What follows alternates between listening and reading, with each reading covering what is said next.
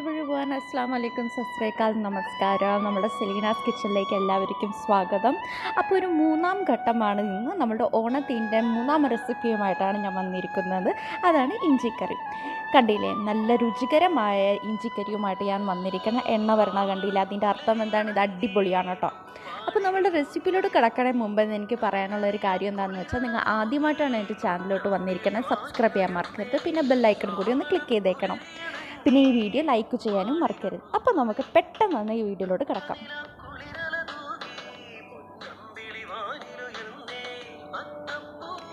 നമുക്ക് ആദ്യം തന്നെ എന്താ അറിയേണ്ടത്, ഇതിൻ്റെ റെസിപ്പിയിലുള്ള ഇൻഗ്രീഡിയൻസ് എന്തൊക്കെയാണെന്ന് നമുക്കറിയണം. അപ്പോൾ നമ്മുടെ ഇഞ്ചിക്കറിയിലുള്ള ആദ്യത്തെ ഇൻഗ്രീഡിയൻ്റാണ് ഇഞ്ചി. ഞാനിവിടെ എടുത്തിരിക്കുന്നതാണ് 1 കപ്പ് ഇഞ്ചി. ഇത് ഇതേപോലെ തന്നെ ഞാൻ നീളത്തിൽ നല്ലോണം കഴുകി വൃത്തിയാക്കി അരിഞ്ഞു വെച്ചിരിക്കുന്നതാണ്. അപ്പോൾ 1 കപ്പ് ഇഞ്ചി മതി നമുക്ക് ഇഞ്ചിക്കറിക്ക്. ഒരു ഏകദേശം 12-15 പേർക്ക് കഴിക്കാനുള്ള അളവിലാണ് ഞാൻ ഉണ്ടാക്കുന്നത്. പിന്നെ നമുക്ക് വേണ്ടതാണ് 3 പച്ചമുളക്, നല്ല എരിവുള്ള 3 പച്ചമുളക്. അതിൻ്റെ ഒപ്പം തന്നെ ഞാൻ ഇതേപോലത്തെ ഒരു തൊണ്ടൻ മുളകും ഞാൻ ഇതിൽ അരിഞ്ഞിട്ടിട്ടുണ്ട്. അപ്പോൾ ഒരു തൊണ്ടൻ മുളകും 3 പച്ചമുളകുമാണ് എടുത്തിരിക്കുന്നത്. പിന്നെ നമുക്ക് വേണ്ടതാണ് ഒരു വാളംപുളി, ഒരു നാരങ്ങൻ്റെ സൈസ്, ചെറിയ നാരങ്ങൻ്റെ സൈസിലുള്ള വാളംപുളിയാണ്. ഇത് ഞാൻ ചൂടുവെള്ളത്തിൽ മുക്കി വെക്കും. പിന്നെ നമുക്ക് വേണ്ടതാണ് ശർക്കര എൻ്റെ അടുത്തുള്ളത് പൗഡറാണ്. ഇവിടെ പൗഡറേ എനിക്ക് കിട്ടിയുള്ളൂ. അപ്പോൾ ശർക്കര ഞാൻ ഒരു 1.5 ടേബിൾ സ്പൂണാണ് ഇതിലോട്ട് ഇട്ട് കൊടുക്കാൻ പോകുന്നത്. പിന്നെ നമുക്ക് ആവശ്യമുള്ളതാണ് ഉപ്പ്.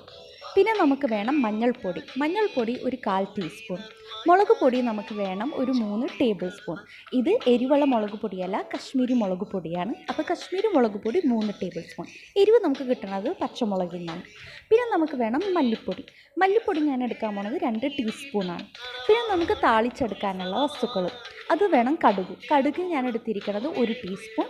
പിന്നെ നമ്മുടെ ഉണക്കമുളക്, എൻ്റെ അടുത്ത് ഉണ്ടമുളകേ ഉള്ളൂ, നീളത്തിലായാലും കുഴപ്പമില്ല. ഉണക്കമുളക് ഒരു 4-5 വേണം നമുക്ക്. പിന്നെ നമുക്ക് വേണം കറിവേപ്പില കുറച്ച്. പിന്നെ ഞാൻ ഉപയോഗിക്കുന്ന എണ്ണ ഒലിവ് ഓയിലാണ് കേട്ടോ. എൻ്റെ അടുത്ത് ഒലിവ് ഓയിലേ ഉള്ളൂ, ഞാൻ ഒലിവ് ഓയിലാണ് ഉപയോഗിക്കുന്നത്. അപ്പോൾ ആദ്യം തന്നെ നമ്മൾ എന്താ ചെയ്യാൻ പോകുന്നത്, ഒലിവ് ഓയിൽ നമ്മളുടെ ഇഞ്ചിനെ നമ്മൾ വറുത്തെടുക്കാൻ പോകണേ. അപ്പോൾ നമുക്കത് വറുത്തെടുക്കാം.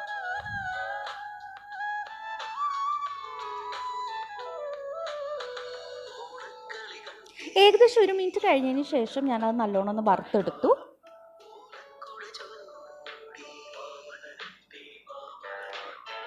ഒരു ചട്ടിയിൽ ഞാൻ ഇത്തിരി എണ്ണ ഒഴിച്ചു. അതിലോട്ട് നമ്മളുടെ തൊണ്ടൻ മുളകും ഞാൻ ഇട്ടു. ഏകദേശം 1 മിനിറ്റ് കഴിഞ്ഞതിന് ശേഷം ഞാൻ അതിലോട്ട് നമ്മളുടെ മുളക് പൊടി, മല്ലിപ്പൊടി, മഞ്ഞൾപ്പൊടി, നമ്മളുടെ ശർക്കര, ഉപ്പ് ഇതെല്ലാം ഞാൻ ഇട്ട് കൊടുക്കണേ.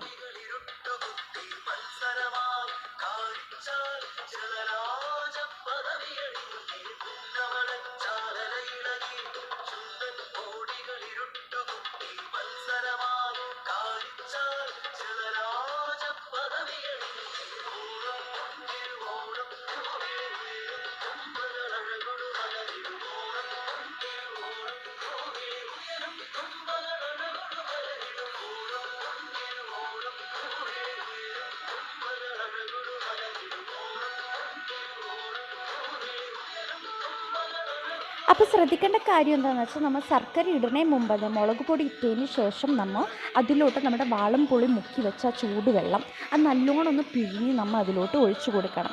പിന്നെ അത്യാവശ്യമുള്ള വെള്ളം നമ്മൾ അതിലോട്ട് ചേർത്ത് കൊടുക്കുക. അത് കഴിഞ്ഞതിന് ശേഷം വേണം നമ്മൾ ശർക്കര ഇട്ട് കൊടുക്കാൻ. അപ്പോഴേ നമുക്ക് അതിൻ്റെതായ ഒരു മധുരത്തിൻ്റെ അളവ് നമുക്കറിയാൻ പറ്റുള്ളൂ.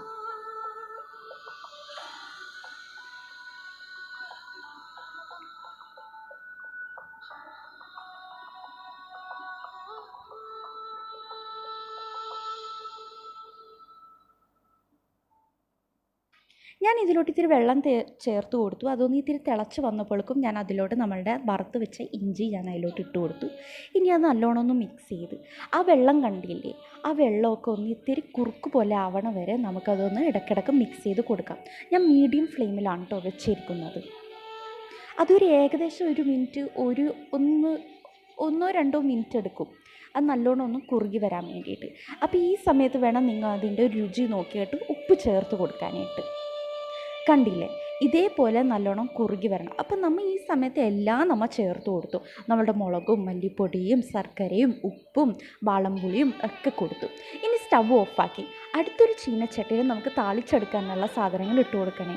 ആ ഒലിവ് ഓയിലൊന്ന് ഞാൻ ഉപയോഗിച്ചു. അതിൽ കടുക് പൊട്ടിച്ചു. അത് കഴിഞ്ഞതിന് ശേഷം ഞാൻ അതിലോട്ട് കറിവേപ്പിലയും നമ്മളുടെ ഉണ്ടമുളകും ഇട്ടതിന് ശേഷം ഞാൻ അതൊന്ന് താളിച്ചതിന് നമ്മളുടെ സെർവ് ചെയ്യുന്ന പാത്രത്തിലോട്ട് തന്നെ ഞാൻ അതിലോട്ട് ഒഴിച്ചു കൊടുത്ത് മിക്സ് ചെയ്ത് വെച്ചു.